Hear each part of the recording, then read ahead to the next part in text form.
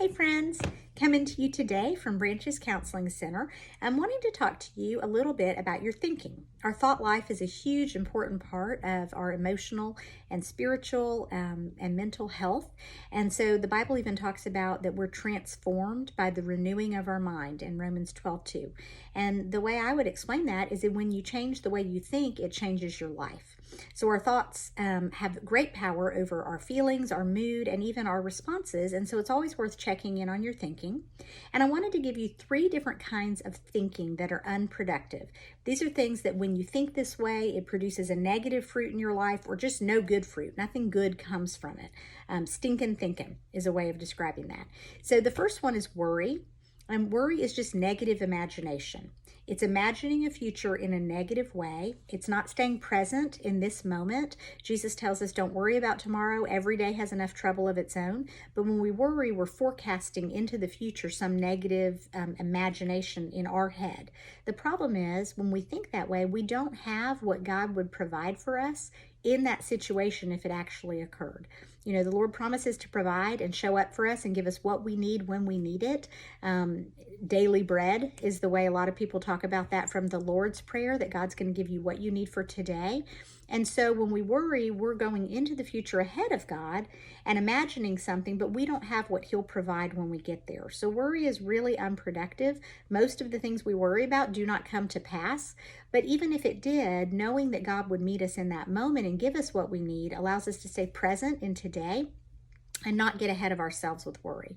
Another unproductive kind of thinking is rumination. That's going in the opposite direction.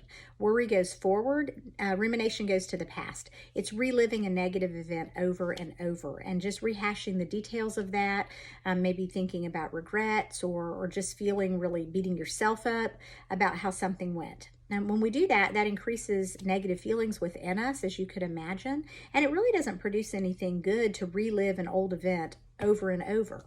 A way you can shift from that is instead to practice reflection. Reflection is looking back for the purpose of learning and growing. So when you look at a negative event like a divorce or losing a job or a bad choice you made that you weren't happy with, or even just something bad that happened that you didn't really have control over, when you go back to that event, asking yourself, what can I learn from it? How did God use that in my life? What am I going to do differently moving forward so that negative event maybe doesn't happen again? But asking yourself some questions to reflect on the event is very productive versus ruminating where you just think about all the ways you felt and all of the bad aspects of that event is not. And then the last one would be fantasy. So fantasizing is where we just create this alternate reality. When we're unhappy with how our circumstances are, we start saying things like, I just wish I lived in a different house or had this different job, and we begin imagining something that isn't real. It's a positive imagination. We're thinking about something that the way we wish it was, but oftentimes it's sort of a pie in the sky imagination with no action beneath it. It's just wishing something was magically going to be different and then engaging your mind around that thought.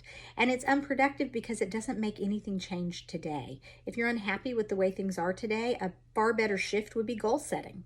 Just looking at what's not going well in your life or what do you wish was different and putting some action steps toward making that different. Thinking about what are the choices, what do you have control over that you can take 1 step or 2 steps to begin to move your life in a different direction. So fantasy is not helpful, but goal setting really is. So I hope that this encourages you in your thought life just to think about what you're thinking about and notice what's going on in the way you think about life and challenge that. We can always take our thoughts captive, the Bible says, and make them obedient to Christ. We can change the way we think, and that does a lot to change the way we live.